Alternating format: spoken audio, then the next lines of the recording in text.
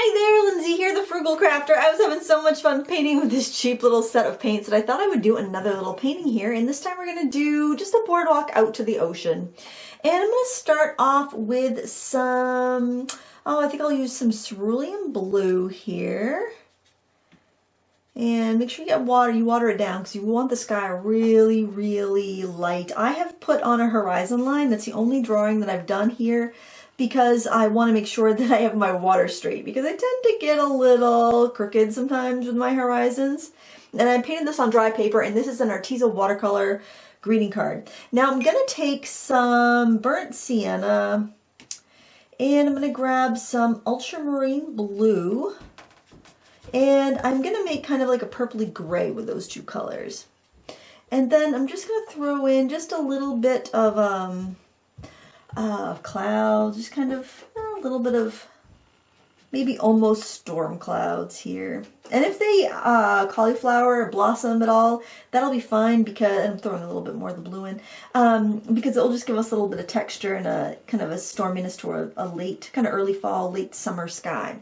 The next thing I'm going to do is paint that boardwalk. I want to get that right out of the way, so I'm going to take some more burnt sienna. You could also use an English red, because I believe this is more of like a PR 101 color. I'm going to add a little bit more of the ultramarine blue in there, and I am just going to, let's see, I got to figure out how far up. I want it to come almost to the middle of my paper, and then I'm just going to do some vertical strokes, getting them a little bit wider as I get further down the page. I'm going to let it come right off the edge, I think. Give it a little bit of an interesting perspective.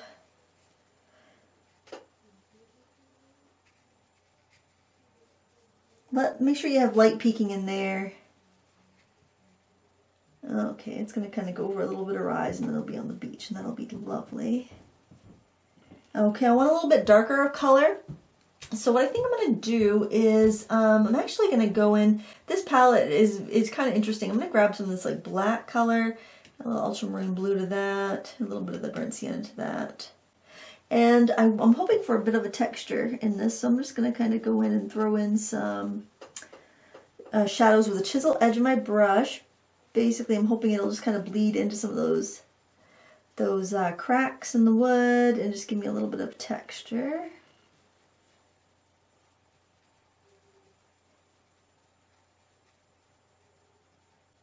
Well, maybe a little bit of yellow ochre. I think that'd be pretty as well. This is a real simple painting, and I want to keep it nice and light and fun.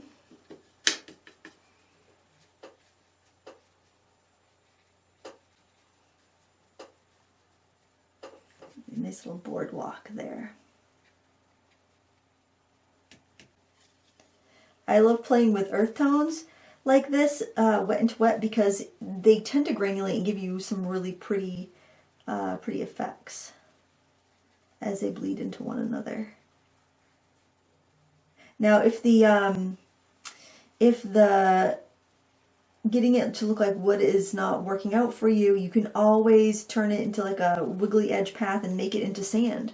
Another thing you can do, I gotta grab my credit card scrape out of my drawer because I didn't have it handy. You can actually scrape in some wood grain. I would only do it towards the front edge and kind of lay off your pressure as you work down, so that way you'll have that detail that's closer to the viewer, so it'll look a little bit more realistic. Alright, so now what I'm going to do, go back to that flat brush. Boy, this is some nice flat brush practice, isn't it? I'm going to grab some ultramarine blue. I'm going to grab some of that cerulean blue. Mix them together, maybe with just, let's just do a little smidgen of that black to keep it clean. I think the brown has so much red in it, I think it might kind of purpley it up. Okay, and then I'm just going to turn my paper a little bit so it's more comfortable, and I can get that chisel edge right up to the horizon. And the sky's probably pretty dry by now. And what I want to do, I want to make sure when that brush hits the horizon, it's nice and flat against that pencil line that I put. You won't even see the pencil line when we're done, because that is going to be right on the edge of our darker blue. And I am just kind of throwing in these little choppy vertical lines. Now this reminds me, this is a Sandy Point. It's a place in Stockton Springs. I've gone so many times. It's a beautiful, long beach. It's never crowded. The dog loves it. I used to bring the kids there when they were little, the twins group. We'd all get together and we'd go out there. It was so much fun. Oh, is that the color I used? Yeah, you know what? I don't think that's... I think I grabbed the wrong blue. Let's go right here. This is the one I used. And it's such a lovely memory that I think I want to get that in my... Get that in here.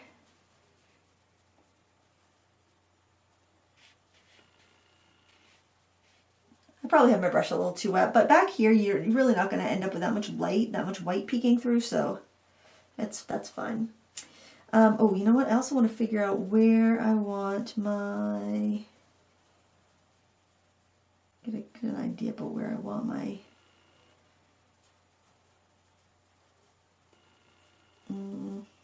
There.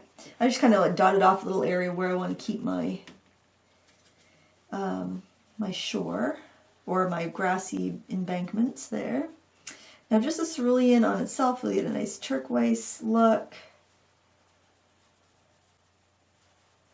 That's pretty. You can leave bigger gaps in the water for more waves.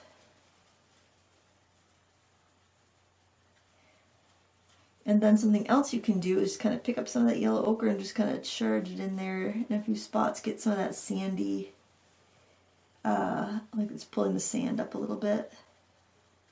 And you can see some of that color in there. I think that's real pretty when it blends together. Plus, we got some ultramarine blue in there. We got that yellow ochre. They might granulate a little bit and be real pretty. Okay, I'm thinking I might want a little bit...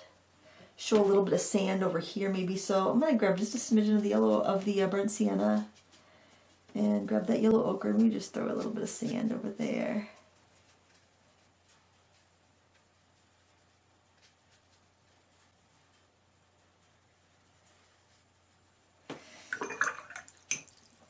Okay, so now I want to have some grass growing. I'm going to grab,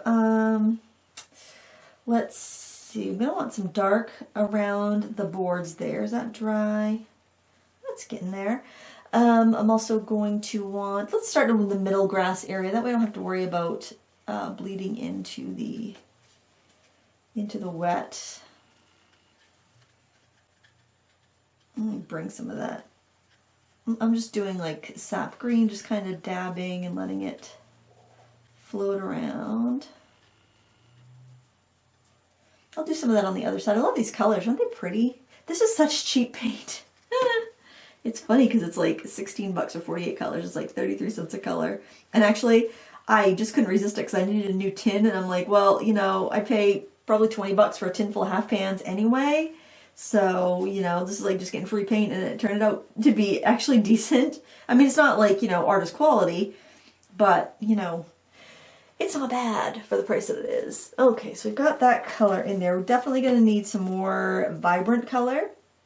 I think I'm also want to get, well, let's first take a round brush and get some darks around the wharf there, the little boardwalk there. Let's take ultramarine, black. Let's grab a darker green so we can use that elsewhere as well. While that grass is still wet, we can get a little bit of a bleeding in there. We can define some of the boards in our boardwalk. Think about this being kind of like put together by volunteers. They're just using whatever wood they can find, right?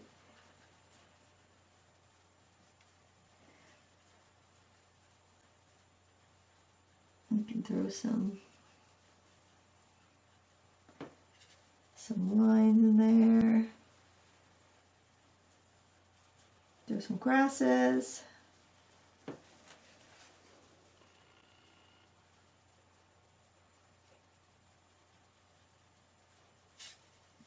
On the other side too. Don't be afraid to move the picture so that it's better for how you want to, you know, reach an area. Oh, this side's drying up on me already. You can bring the darks go in between the boards too.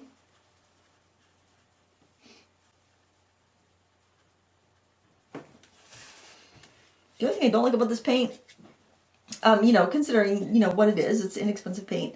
It does have a little bit of an odor to it.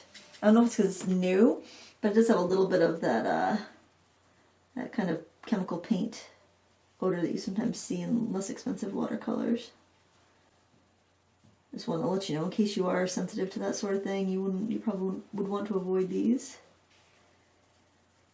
Okay, I'm going to throw some little tufts of grass. Now, keep in mind, more detailed, bigger blades, those are going to be at the front because your eyes will see things larger the closer they are to you and smaller the further away they are.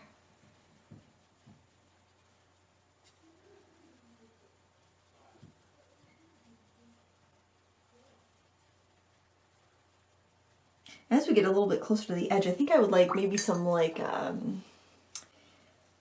sea oats or wheat. I like how I got some kind of like little bit of blossoming in there. That's going to help me make my edges. It's going to help me decide where I want the edges to go. That's what I like about it, kind of a loose painting. You can go with your imagination a little bit more.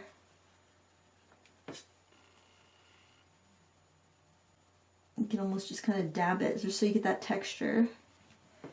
There's some yellow ochre on its own, just kind of dab it in there. I'm going to put some over here too. Put some flowers in as well. You could do that with spattering if you wanted to, like little yellow or purple flowers. Get so many of those pretty purple flowers. Oh, I think I'll put some of those in. Here in Maine, especially late summer, early fall, they're so pretty.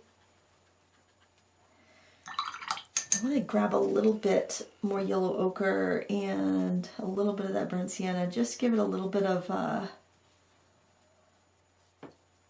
kind of wet sand near the edge of the water. Maybe a little bit more of that.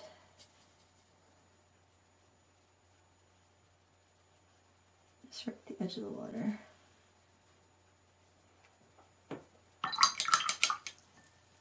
It's fun to see everything kind of drying up and seeing how the painting kind of makes itself as it goes along. Yeah, I think I definitely want some little purple flowers. So let's see, I've used ultramarine, so I think I'll just use ultramarine and I'll use like a nice pinkish red color. Oh, you know what? Maybe we'll use that mauve and ultramarine. Would that be? That's not the one. Actually, no, I'll use a red and ultramarine. That way, if I need that red for something else, I'll have it. That is really vibrant. There we go. This could also be lupins because we get those in Maine a lot. Those are more early summer flowers, so this could be any time of year, really. Any time of the summer. Not winter. How it looks completely different around here in winter. Lupins are so pretty. And they're so plentiful. You'll see them everywhere in the spring and summer. Well, late spring, early summer. And they have a variety of colors. You'll see them in purple, pinks, and blues. And we've got all those colors here, so we can work in those colors. Let's do some red ones. You just have to make sure whatever you have underneath them, it's going to work. You know, you wouldn't want to have like a really strong green under where you're going to put the little red ones because then they'll just get muddy.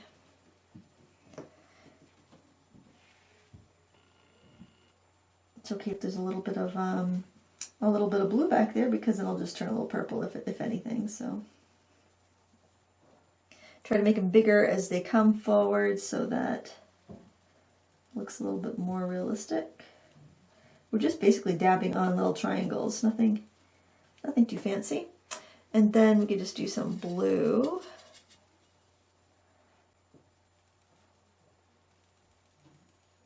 And I see all colors together, so it must not be like like hydrangeas, which are affected by acidity in the soil.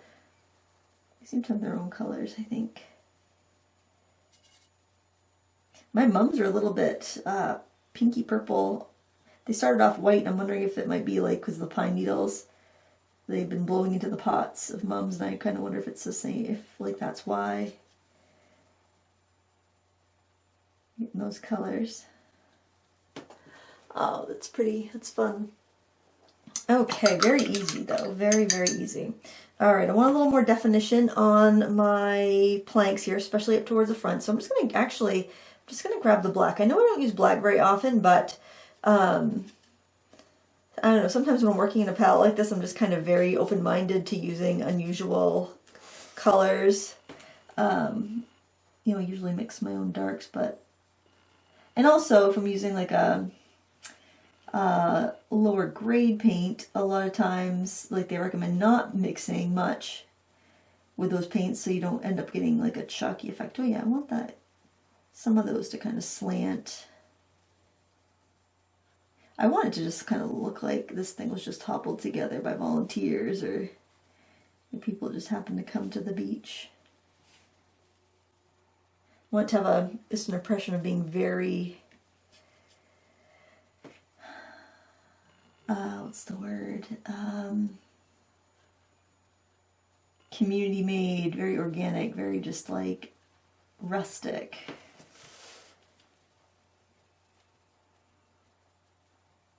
I'll throw some little grasses in this this color here, just like it's getting caught in the shadow.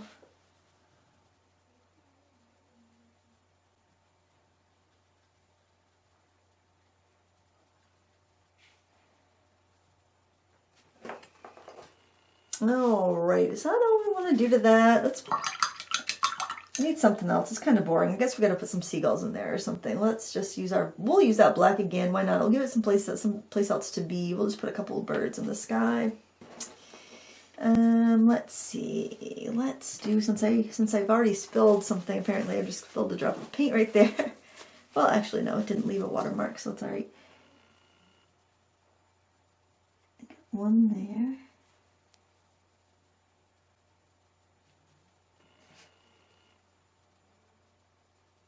Oh, I really don't like those birds. I usually have a problem with my birds. I don't know what it is. We're going to put more. We're doubling down on the birds, guys. I'll make this one a little bit bigger so it looks like it's a little bit closer. Wow, I'm really not liking that.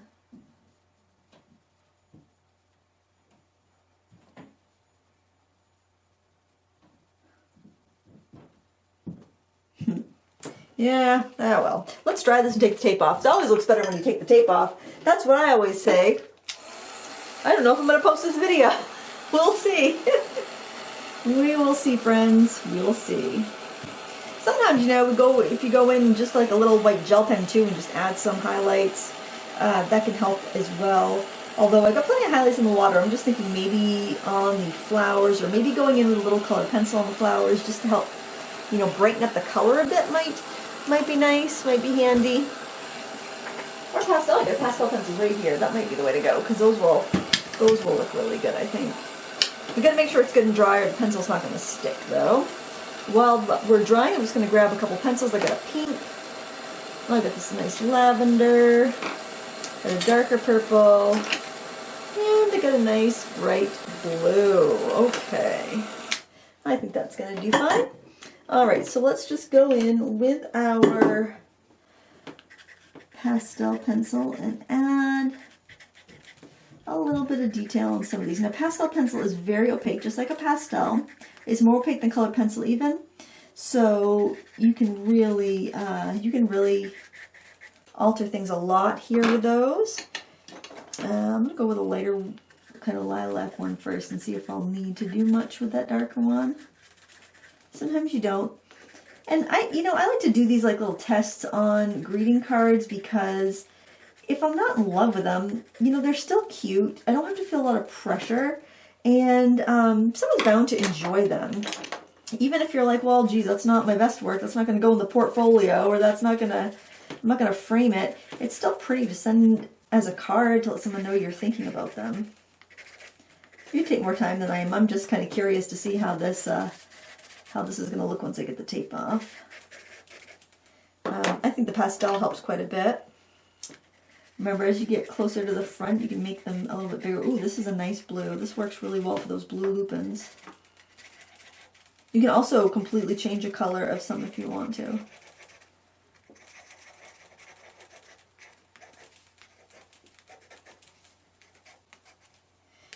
That's kind of nice. I like that. Maybe even throwing a few...